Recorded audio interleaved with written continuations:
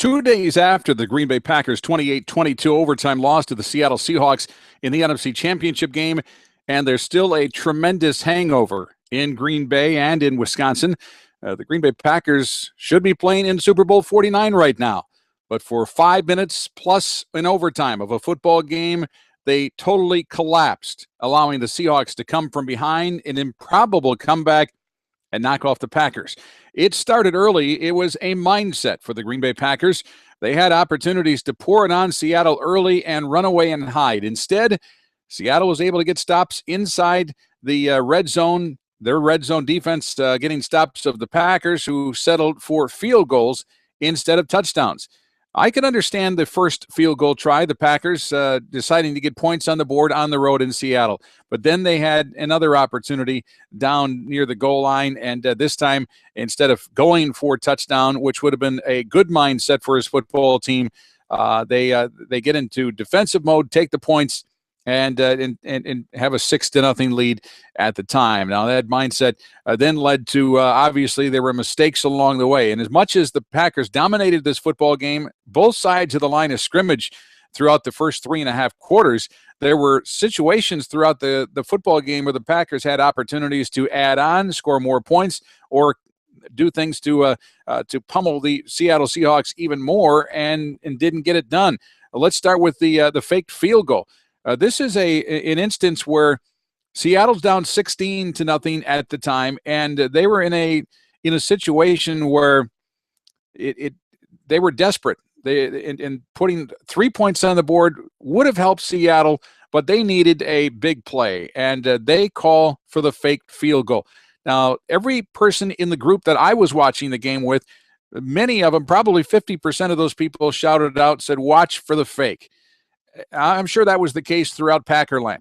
Yet, for whatever reason, Sean Slocum, the special teams coach, did not have his team on fake field goal alert. There is a protocol for the Packers on special teams, and if they feel that there is a fake possibility, the alert mode is put into place for that Packers special teams unit. Sean Slocum did not issue the alert. Instead, he just stood on the sidelines like he did for most of this football game and was a spectator. Why? What is your job as an assistant coach? If you're not going to coach, why are you standing on the sidelines? Sean Slocum should have alerted to his team, even though these guys are paid professionals, and I understand that they should be able to read and react and all that kind of stuff. But the bottom line is, coaches, that's what they do, and there should have been an alert on. It wasn't.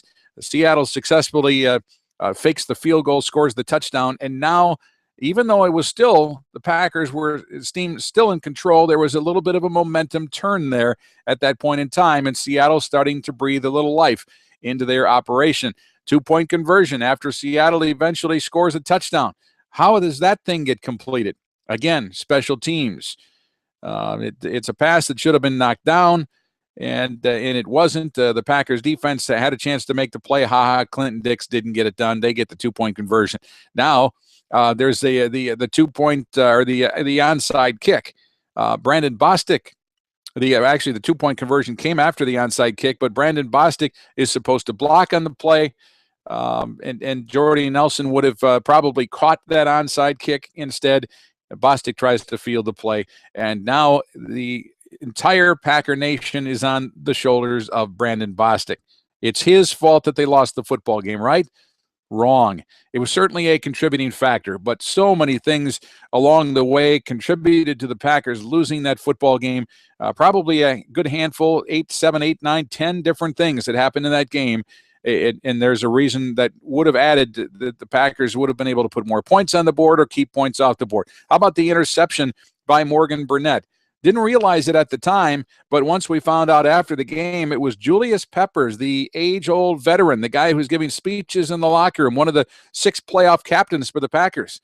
This guy tells and yells to Burnett to stay on the ground. Apparently, with 5 minutes to play, even Julius Peppers thought this game was in the bag. I know many Packers fans thought the same thing at the time too, but obviously it wasn't. Burnett could have got up, scrambled, probably gotten at least in the field goal range at the very least. Instead, he lay there. The Packers, they go into their 4-minute offense, which has worked for them all season long. Didn't work this time because Mike McCarthy got conservative.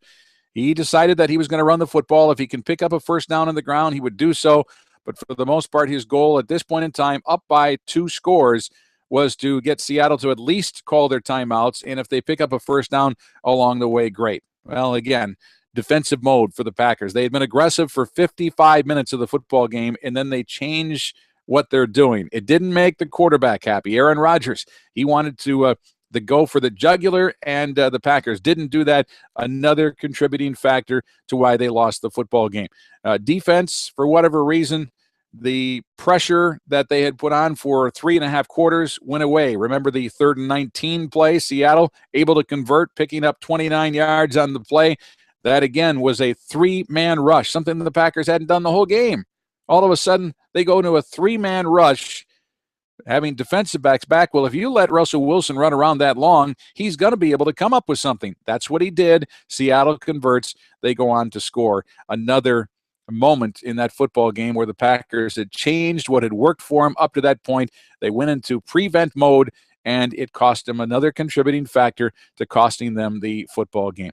Aaron Rodgers, earlier this week, I came out and said that the Packers just needed to play well on all facets of their game. Offense, defense, special teams. Well, special teams certainly struggled. Offense and defense was good for all but 5 minutes of regulation play before things started to go south. But even Aaron Rodgers struggled in the football game. He was 19 of 34 in the completion and attempt category. He threw for less than 200 yards. He had 1 touchdown, 2 interceptions, and less than 200 yards in the football game. His quarterback rating was 55. Obviously, Rodgers didn't hold up his end of the bargain. He had, through one of his interceptions, it appeared that the play was offside. Seattle was offsides in the play. I understand that. We didn't get the call. That being said, if you're going to throw one up for grabs, you had better be sure that the flag is out. This one's on Rodgers. He thought he had an offsides play. He didn't. They got to call it to be offsides. Got to throw the flag. He didn't get the flag, and he threw the interception. And that one was another instance where the Packers could have had at least a field goal, had points on the board. Instead, they come away with nothing on the Richard Sherman interception. Packers, in spite of all this, still should have won the football game.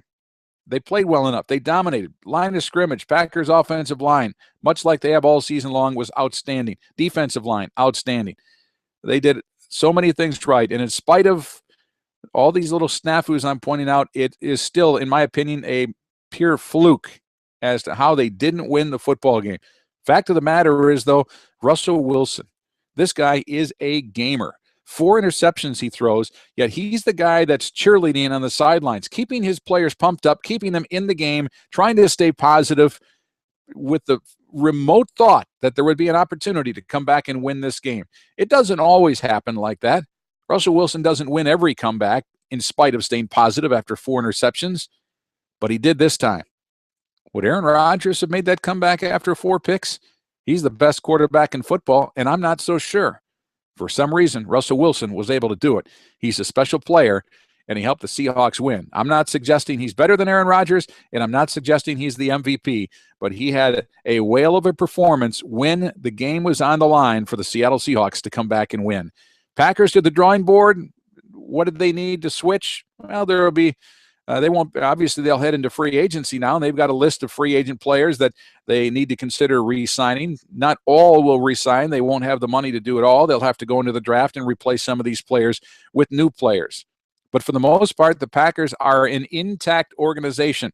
You still have to feel good walking away from this football game about their possibilities moving forward next year. Aaron Rodgers will be healthy again. That certainly didn't help down the stretch here in the playoffs.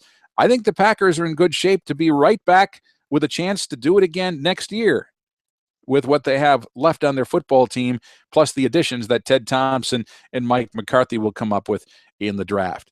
It's not all bad. It's just the fact that Packer fans will have to wait another 6 months just to see it all start over again. Packers and the Seahawks. It was a great football game for 55 minutes, and then things went south. Packer fans will have to try to get over it for another season and come back strong against next year, which is what they do each and every year.